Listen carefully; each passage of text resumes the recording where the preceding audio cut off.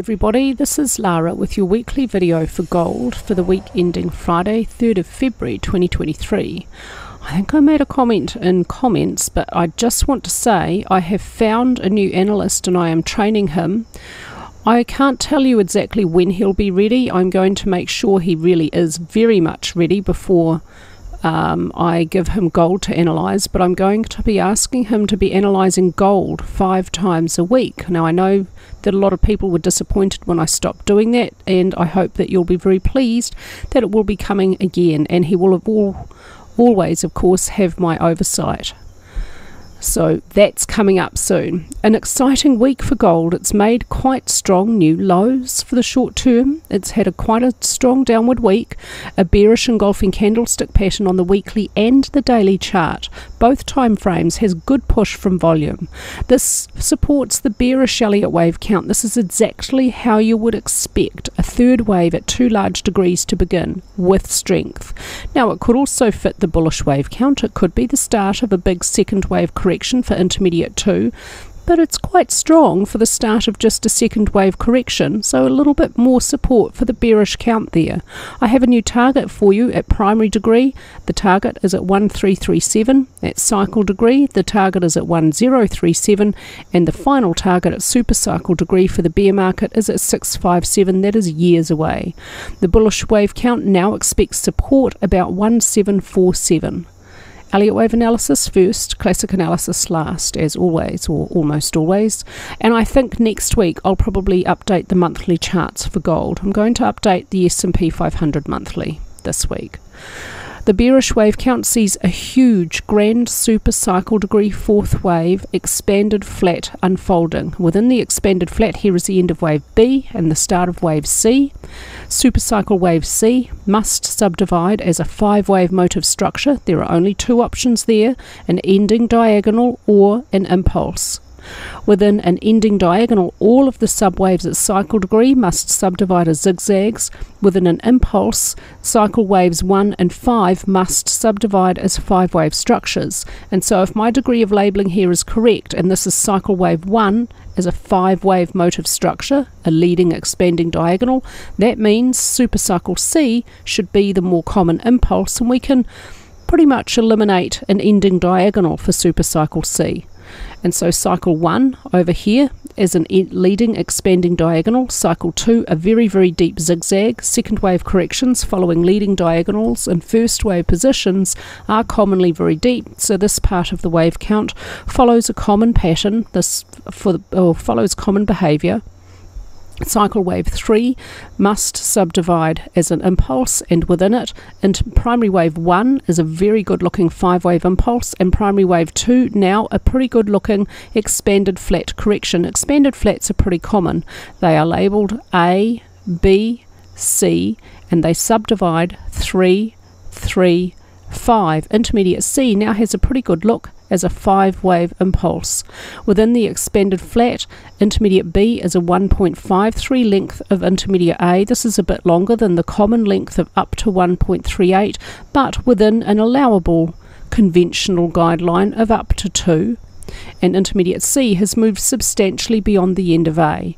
Primary wave 2 has moved beyond the 0.618 Fibonacci ratio. That was my first target, and minor 5 within it has not exhibited a Fibonacci ratio to either 1 or 3, so it made target calculation virtually impossible.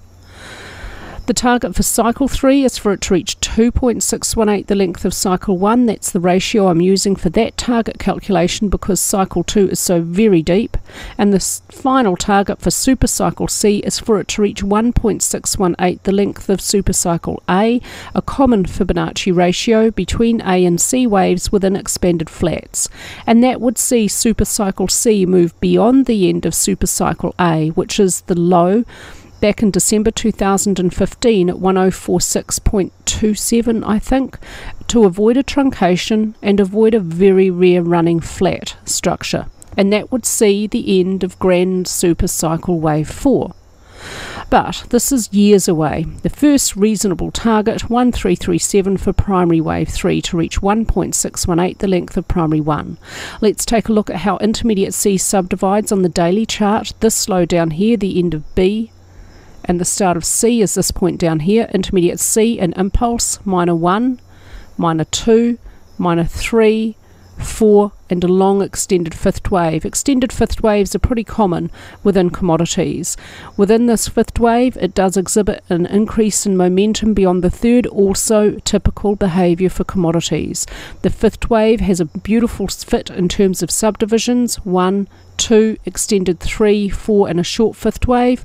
The extended third wave, again 1, 2, long extended third wave, 4, and a short fifth wave. All the subdivisions have a nice fit.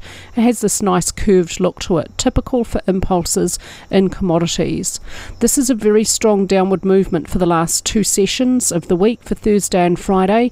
This does look like normal behaviour that you should expect to see for the start of a third wave. The target 1337. Within primary 3, no second wave correction may move beyond its start above 1958.83. This channel is an Elliott channel drawn from 1 to 3 with a copy on 2 and extended on out. Price found resistance, pulled back, broke through, test of support, moved up and away. It's just sliced through that trend line on Friday, but look out for support and possibly a bounce about the lower edge before this channel is breached, maybe the midline, but look out for support at the lower edge a little bit more strongly on the way down. This is the bullish wave count. If your own analysis is bullish, then this may be the Elliott wave pathway that you choose to use for your decision making. It is my judgment that the bearish wave count has a higher probability. You may not agree, and that is absolutely okay. So if you disagree with my judgment, then this may be the wave count you want to use. This wave count considers Grand Supercycle 4 was over as a double zigzag at that low in December 2015, and there Grand Supercycle 5 began. Within Grand Supercycle 5, Cycle 1, an incomplete impulse, Supercycle 1, an incomplete impulse, with Cycle 1 and 2 complete well off to the left of the chart. Cycle 1 was very short, Cycle 2 a double flat, Cycle 3 a long, strong impulse, and Cycle 4 a double zigzag. There are quite a few problems for this wave count in terms of Elliott wave structure, which is a big reason why I consider it to have a lower probability. Back within, well, first of all, Grand Supercycle 4 was too brief for only 4¼ years. That's very, very brief for a Grand Supercycle degree wave. Cycle wave 1, short, not a problem. Cycle 2, a double flat, a very, very rare structure, and within it we have to ignore an obvious triangle. And now here, Cycle 4, a double zigzag. I can't label this a flat, A, B, C, because this doesn't subdivide as wave C. This is a zigzag down, not a 5-wave motive structure down. It just doesn't have a good look or fit as a zigzag. So I'm labeling Cycle 4 a double zigzag, W, X, Y. Now W, not too much of a problem there, that's possible. X is too deep and time consuming to look like a normal X wave in a double zigzag, and Y has barely deepened the correction beyond the end of W. So there are multiple problems in terms of Elliott wave structures for this wave count, which reduce its probability. If 4 is over there, then 5 should be underway, and within it I would label primary wave 1 incomplete. This is too brief for a primary degree wave, but this looks about right for an intermediate degree wave. Intermediate wave 1 may be over at this week's high, and now intermediate 2 may continue lower, lasting several weeks, and it may be very deep. It's pretty normal for gold's second wave corrections early on in a new trend to be very deep. Intermediate 2 may not move beyond the start of 1 below 1616.14. The final target for Cycle 5 remains the same. It would reach equality in length with 3 at 2526. 3 was extended, 1 was not. This would see 3 and 5 both extended. All Elliott wave rules would be met. On the daily chart, the primary intermediate 1 begins just off to the left of the chart. Here's minor 1, 2, 3, 4, 5. This upward movement, a 5-wave impulse, is labelled exactly the same minor degree on both daily charts. And strong downward movement strongly indicates that this high is in place, at least for the short to mid term, if not the long term. I would expect intermediate 2 to reach at least the 0.618 Fibonacci ratio of intermediate wave 1 at 1747.05, and it could actually be deeper than that. Like I said on the last chart, it's pretty common for the first big second wave correction in a new trend for gold to be really deep. So this is a minimum or the first target. We'll see how price behaves when it gets there, and if it slices through that, I'll have some structure within intermediate 2 to calculate a lower target for you. I can't do that yet. Oh, and just a note, I don't use 0.786 on my Fibonacci retracements because it's not correctly mathematically a Fibonacci ratio. It's the square root of 0.618. So it can be useful in trading, but it's not accurate to say it's a Fibonacci ratio. On the weekly chart, there's a very strong bearish engulfing candlestick pattern with a bearish upper wick and with push from volume. The upward trend did not reach extreme, but RSI got fairly close to overbought, and money flow index did reach into overbought for this upward movement.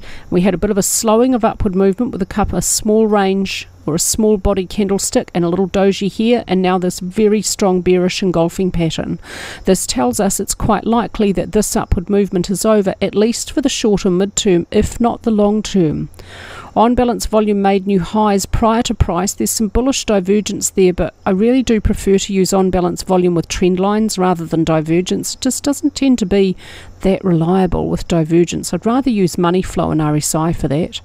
ADX is still indicating an upward trend. If that's over, we've only got 1 week of downward movement, and ADX is based on a 14-week average. It'll take a while to catch up. It is starting to slow down, but it does still have a positive slope, the black line. There's an upward trend still indicated. RSI still neutral, money flow still overbought, stochastics overbought, and ATR declining as price moves higher. There was some weakness at the end of that upward movement. And on the daily chart, we see a strong bearish engulfing candlestick pattern as well as on the weekly chart, and they both have push from volume and a follow through on Friday with even stronger downward movement and greater push from volume with an increase in range. This is a very strong movement which strongly looks like the normal start to a normal new trend for this market and not just a correction within this previous upward movement. This is too strong for that. It comes in the context at the daily chart level of ADX reaching its stream, RSI reaching overbought and exhibiting bearish divergence, money flow reaching overbought and indicating double bearish divergence. So given that context, we give this bearish candlestick pattern quite a lot of weight. This strongly supports the view that this high will be sustained for the short, mid, or maybe even long term, most likely mid-term and possibly long term. That's all from me with your gold analysis this week. I hope everyone is looking forward to an awesome weekend.